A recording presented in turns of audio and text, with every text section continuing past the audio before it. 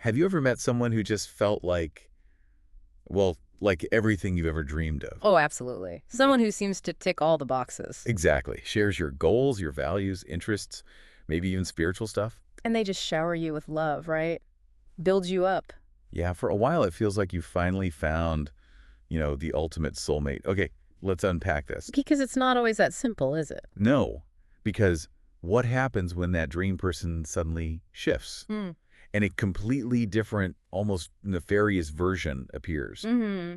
That's the core question. Yeah, the question we're diving into today Mm-hmm. is this person your true soulmate, your actual twin flame, or are you caught in something else? Like the manipulative web of a false twin flame. Exactly. A narcissist in disguise. We've seen the central tension in the material we looked at, This deep confusion, yeah, between a connection that's truly transformative. and one that's deeply toxic. And that's really the mission for this deep dive, isn't it? To try and distill some clarity from the information you've pulled together Right. Helping you understand the critical differences. between that genuine twin flame and, well, a narcissist who's exploiting that powerful longing people have for a soulmate. And it can be incredibly hard to tell them apart. Oh, absolutely. It's vital, though, to separate the myth from the sometimes harsh reality. Because a genuine connection is about respect and growth. Exactly. Mutual respect. Whereas a narcissistic relationship, it's always one-sided, always ultimately traumatic. It's just so challenging to tell these two apart, isn't it? It really is. And the material we looked at really emphasizes how narcissists are, well, expert manipulators. Like chameleons, almost. Yeah. They're adept at exploiting that deep human desire for a soulmate. They get into your head, Say all the right things. lead you on just long enough to grab your full attention. And it starts with that thing people talk about, the love bombing phase, Right, where they just overwhelm you with praise, seem like the perfect match. to completely hook you right at the beginning. Mm-hmm. And it's probably crucial here to pause and differentiate, the casual use of narcissists. Right. People throw that term around a lot. They do. But clinically, it's a specific personality disorder. It involves an inflated sense of self-importance, a real lack of empathy. And that constant need for admiration and attention. Precisely. And understanding that clinical side brings us to a pretty harsh truth from one of the sources, Which is that a true narcissist, clinically speaking, simply cannot be your twin flame. because their core nature is just incompatible. Exactly. That fundamental lack of compassion, viewing emotions basically as tools to control people, it's just completely out of sync with what a twin flame connection is supposed to be about. Which is more about spiritual evolution and mutual growth. Right. So that distinction really matters. But it also highlights the difficulty because the overlap is where the confusion comes in. Mm-hmm. That sheer intensity, the initial passion you feel in a narcissistic relationship. It can feel so much like what people imagine a twin flame connection is like. Those high highs and low lows, right? Yeah. But what you're feeling isn't necessarily deep spiritual alignment. It's often more like the emotional roller coaster of trauma bonding. That makes sense. And what's fascinating, or maybe just adds another layer of complexity, is that even true runner twin flames.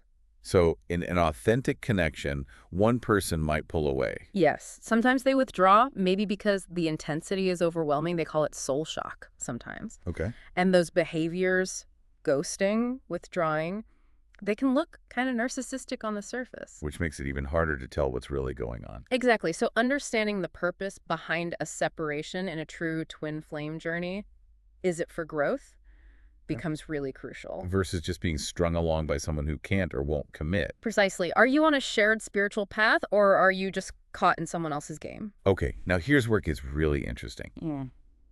Let's talk about the specific warning signs.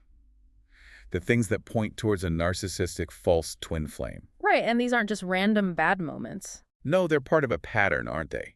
Yeah. A predictable narcissistic abuse cycle designed to keep you stuck. Exactly. Anyone can have an off day, but this is about consistent behavior, a pattern. Okay, so one sign that came up was called toxic deja vu. Ah, yes. That feeling of having the same fight over and over. Yeah. Really nasty fights about, like, petty things. Spending too long at dinner with friends or who texted you. Things that seem small but blow up, and it's like you're stuck in this exhausting loop. And the narcissist often frames their jealousy or control as positive. Right. They'll say things like, oh, I just worry about you, or I just love you so much I want you all to myself. They spin it. They spin it, and often they end up playing the victim, making you feel like you need to apologize for their reaction. Wow. Okay, so after dealing with those loops, another big challenge is emotional unavailability. Mm. Where you feel like you're constantly trying to connect, to pull out their emotional side. Like you're working overtime. And maybe they give you little snippets. Fleeting moments of what seems like vulnerability. Just enough to give you hope, make you think you've broken through. And then, poof, they disappear back into that emotional void. And you're left doing all the emotional heavy lifting. Yeah. And this often ties right into them keeping you at arm's length. Or just flat out non-commitment. Right. The false twin flame always has a dozen, legitimate sounding reasons why they can't commit fully. Like being too busy or still hung up on an ex. Or, my kids are my whole life right now. Always something. And if you push for clarity or commitment, Then you're the bad guy. You're suddenly too needy or not understanding. it's a clever deflection. Yeah, and this is where that whole runner-chaser idea can be misused, right? Absolutely. People cling to that dynamic to explain the lack of commitment, Holding out hope indefinitely for some magical reunion. when in reality it might not be some divine separation for growth. It could just be the silent treatment from a narcissist who has no intention of building a future with you. Exactly. A really tough pill to swallow sometimes. Okay, another really critical sign. Finding yourself making excuses for their bad behavior. Ah, yes. You make excuses for their crappy behavior. Even when they're treating you, frankly, like crap. You rationalize it in your head. Oh, they're just stressed, or they didn't mean it. Because you just desperately want to believe it's real, that it's this fated connection. And that initial masquerade of kindness they put on, it's hard to let go of that first impression. It really is. Now, this next one feels like a huge red flag. Like sirens blaring. Seeing other people cheating. Yeah. And we're not talking about ethical non-monogamy here, are we? No, not at all. This is when they're basically using you and others. Maybe even claiming polyamory as an excuse for having, like, a string of lovers on the side. While you think you have this special exclusive connection, it's deception. And you mentioned that even a true twin flame might see others during separation. Right, that can happen without them being a narcissist. But the difference is key. Transparency. Respect. Exactly. If they're sneaking around, lying, or flaunting other partners deliberately to hurt you, That's not spiritual growth. That's narcissistic behavior. clear indicator. Okay, what about words versus actions? Yeah. Words versus actions don't align. This is classic. They'll say anything to keep you hooked, right? Right. Echo your dreams, claim you have so much in common. All the right words. But then their actions just tell a completely different story. Consistently. Whereas a true twin flame, Their words and actions tend to line up. There's an integrity there because the intention is genuine. got it. And then there's unreciprocated, unconditional love. This one's insidious. How so? Well, when you make a mistake, even a small one, it's treated like a huge deal, a 5-alarm fire. Right. But you often end up apologizing to them. They somehow twist it so they're always the victim. So the blame constantly shifts back to you. Exactly. And it's not just about avoiding blame. It keeps you emotionally off balance, reinforces that you're the problem. It's a control tactic. Whereas a true twin flame, They won't tear you down like that. They'll make you feel held, accepted, even with your flaws. okay, this next one really stood out to me. Maybe because I've seen people do this, the different person around others sign. The shape-shifting. Yeah, like suddenly they're an expert on cars or cooking or history, stuff they know nothing about. All because they need that admiration, right? They need people to admire them. Quite startling, isn't it? Yeah. How can someone maintain that? Well, it speaks to a very fragile sense of self. Their identity is built on external validation, not internal substance. It's a performance. Okay. And then how they make you feel. Bring out the worst in you. Right. After that initial love bombing fades. They start to provoke you, instigate your worst qualities, You find yourself lashing out, maybe saying things you regret, stooping to their level. which is disheartening because you don't recognize yourself acting that way. Exactly. And a true twin flame, by definition, should be doing the opposite, bringing out your best qualities. Okay, almost there with the signs. Unrealistic expectations and energy drain. Yes, you feel like you're constantly walking on eggshells, trying to please them, Yeah, consumed with living up to these impossible standards. which is designed to keep you in a state of fear and anxiety, And the relationship just drains you, takes all your energy. often isolating you from friends and family, too, because the narcissist sees them as competition for your focus. Which leads right into the last couple. loss of identity, and abandoned boundaries. This is a big one. You start giving up things that matter to you. Your interests, goals, hobbies, even your opinions and values. Yeah. They essentially become your identity. The narcissist wants to see you as an extension of themselves. It's like you get absorbed. Totally absorbed. Whereas true twin flames, they want you to have your own identity. They encourage healthy boundaries. They want you to thrive as an individual, not just be their mirror. Exactly. They celebrate your uniqueness. Wow. It's clear these signs really hit home for people. Oh. We saw some powerful comments on one of the sources. Oh, yeah. What kind of things? Things like, this explained the past 13 years of my life, or sadly spot on what happened over the last year. Wow.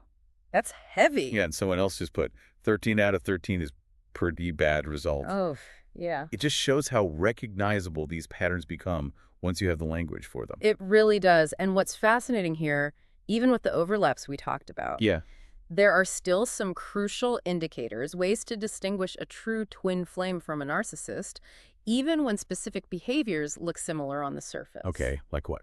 Well, one is how they respond to your pain or suffering. How so? A narcissist is often indifferent, or sometimes even subtly pleased by your suffering. Really? Why? Because it can feed their sense of importance, their sense of control.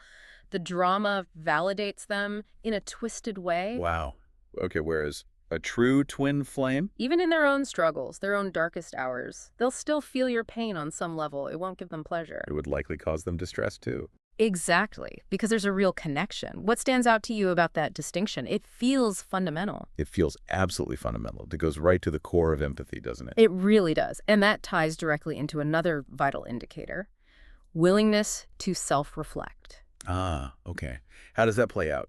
True narcissists, generally speaking, avoid genuine self-reflection like the plague. They don't look inward. Rarely. They're much more likely to shun responsibility, blame others, blame circumstances, never really taking ownership. While a twin flame, Even if they mess up, act selfishly, or cause pain during a rough patch eventually, they'll tend to realize the impact of their actions. they might show remorse, try to make amends. Yes, because it's fundamentally a journey of growth for both people, not just deflection and blame. Okay, let's deepen that discussion on empathy just a bit more. You said narcissists lack empathy. Right. Their world really revolves around their own needs, their own desires. How their actions affect others often doesn't register, or they just don't care. Whereas a true twin flame, even if they act selfishly sometimes, Or seem insensitive because they're caught up in their own stuff. you won't consistently feel that complete disregard for your feelings that you get with a narcissist. Exactly. There's usually still that underlying connection, that sense that your feelings do matter, even if things are strained temporarily. It sounds like the damage from actual narcissistic abuse can be really profound. Oh, it's devastating. The sources say it destroys everything you thought you knew about yourself. It drains your identity, replaces it with a narcissist's needs. Yeah, all your thoughts, energy, actions become focused on appeasing them, building their ego. And that's not a twin flame relationship. No, it's emotional abuse. Plain and simple. Which brings up a question people often ask. Mm. Can the twin flame journey somehow cure narcissism? Right. And the sources are pretty clear on this. What do they say? The twin flame journey might help someone shed narcissistic traits. If they aren't a true clinical narcissist. Exactly, because the journey itself is about development, growth, healing.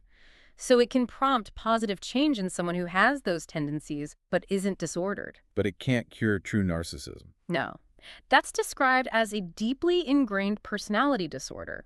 It typically requires intensive professional intervention for any meaningful change. A relationship alone isn't going to fix it. That makes sense. And that's why narcissistic abuse recovery is so vital if you've been through this with a false twin flame. It's about rebuilding your identity. Yes, and learning how to spot the signs early on, recognizing those patterns before you find yourself tangled up in another toxic relationship with no easy way out. So it's about healing the past and protecting your future. Absolutely. Empowering yourself. So if someone listening is in that recovery phase, navigating the aftermath, what are the practical steps for healing? Well, the findings consistently point towards getting support. A therapist, a counselor, maybe a support group specifically for narcissistic abuse survivors. Okay. And recognizing it wasn't your fault. Crucial. The abuse was not your fault. Internalizing that is a huge step. And then basic self-care. Yes. Consistent self-care, getting enough sleep, trying to eat well, some form of exercise. The fundamentals matter. What about boundaries? Huge. Working on setting and, importantly, enforcing healthy boundaries. Practicing self-compassion, being kind to yourself through the process. And learning to trust yourself again, your intuition. Yes. That's often one of the biggest casualties of narcissistic abuse, your trust in your own judgment. Rebuilding that is key. Listen to that inner voice. And you mentioned therapy. Online therapy came up as a resource, like BetterHelp. Yes, it was mentioned as an option. It offers different ways to connect messaging, chat, phone calls, video sessions. Connects you with licensed therapists from home. Right. You can schedule sessions when it works for you, access it from different devices. It covers various issues, including relationships and trauma recovery. And it's professional, licensed therapists. Yes. Professional, licensed, vetted therapists. Yeah. It's important to note, though, it's not for immediate crisis situations. It's for ongoing support and therapy. Got it? Good clarification. But the main message, really, the overarching theme is clear. You deserve better. Much better. Much better. True twin flames, the genuine article, they won't consistently put you down or devalue you. They won't fill your life with anxiety and worry. No, they'll support you. They'll build you up. Not in that superficial love-bombing way. But genuinely. Yeah. Because the connection is real. Exactly. Because it's rooted in actual unconditional love, mutual respect. They're too connected to you on a soul level to intentionally manipulate or hurt you in those ways. Okay, so what does this all mean at the end of the day? Well, I think it means that while, yes, there can be confusing overlaps and tense feelings, The fundamental difference is stark. it really is.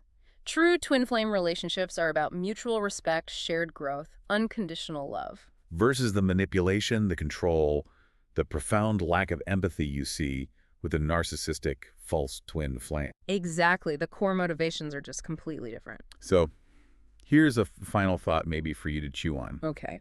If a true twin flame is meant to reflect your soul, help you grow, Mm-hmm. then what might a false twin flame, a narcissist, be mirroring back to you? What personal shadows or maybe unhealed parts of yourself, perhaps around boundaries or self-worth? Might that toxic connection be highlighting?